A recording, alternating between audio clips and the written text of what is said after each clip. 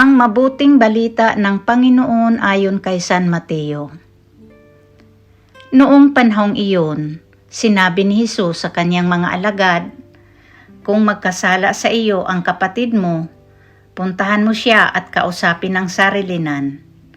Kapag nakinig siya sa iyo, ang pagsasama ninyong magkapatid ay napapanauli mo sa dati at napapanumbalik mo siya sa Ama.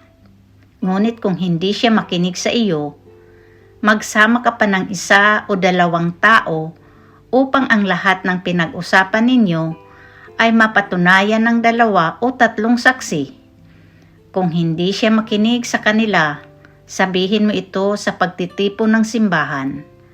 At kung hindi pa siya makinig sa natitipong simbahan, ituring mo siyang hintil o isang publikano.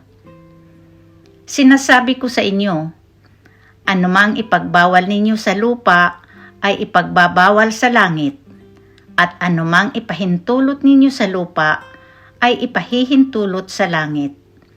Sinasabi ko pa rin sa inyo, kung ang 2 sa inyo rito sa lupa ay magkaisa sa paghingi ng anumang bagay sa inyong panalangin, ipagkakaloob ito sa inyo ng aking Amang nasa langit. Sapagkat saan man may 2 o 3 nagkakatipon dahil sa akin, naroon akong kasama nila." Ang mabuting balita ng Panginoon.